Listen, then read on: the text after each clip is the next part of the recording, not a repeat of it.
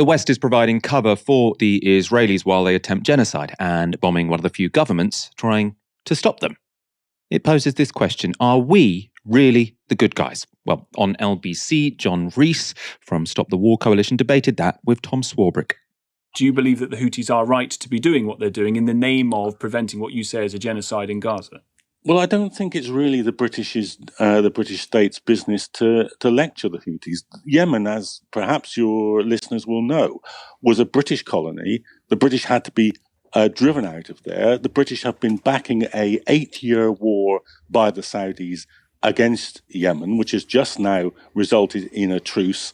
I really don't think that it's the business of this country to go back to bomb a former colony after it's already been paying for a war against it for 8 years. Nobody in the Middle East thinks that that is a remotely justifiable situation. Done to protect ships. Done to protect international trade. No, what the Houthis have said is that they aren't targeting international trade.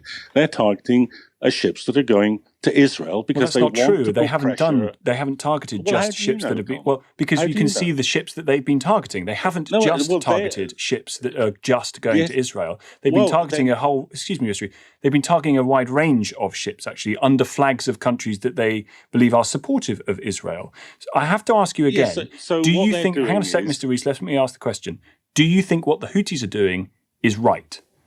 In trying to employ economic sanctions of the kind that this country employs against Iran or Russia when it wants to alter that state's behavior, yes, I do believe that they're justified in doing that because they're trying to stop a genocide. You keep avoiding this question. You keep avoiding the fact that there are 23,000 dead people in Gaza and that is at the center of this. And all this business about trade, if people were as concerned about the loss of life as they are about the loss of trade, perhaps we'd be further forward in this debate. Now, I thought that was quite a brave line that John Rees took there because, the Houthis, when they're talked about in the UK media, they're just this crazy band of terrorists who are sort of arbitrarily lashing out at international shipping. How dare they? But, I mean, he's quite right, really. When you look at sort of the ethics of this, they're basically applying economic sanctions on Israel, right? As far as I understand, they haven't killed any civilians, right? They haven't killed anyone. What they're doing is incurring costs on shipping companies. Now, Tom Swarbrick is correct that it's not just affecting the Israeli economy, it's having huge ramifications on a worldwide level. But actually, so did sanctions on Russia, right? That massively increased grain prices for certain countries in the global south. So the fact that there are sort of externalities doesn't seem to me to separate this situation from the sanctions that we put on Russia. Now, of course, it's more chaotic, threatening shipping in the Red Sea, and it's probably very scary for the people on those ships, right? I'm not saying that what the Houthis are doing doesn't have bad consequences, but the Houthis don't really have enough leverage to try and organize sanctions on Israel, very small country. So it seems to me they're kind of doing what they can to apply some pressure to Israel. Again, as we always say, this doesn't mean that the Houthis are these great guys. I'm sure I have very little in common with them politically.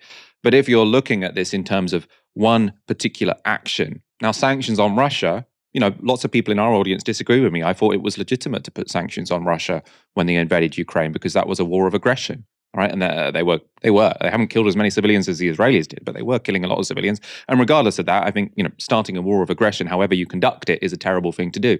I think sanctions on Russia, making them face economic consequences, had bad consequences. We have to accept that. There were innocent people that would have suffered, but I think on the balance of things, that was a legitimate thing to do.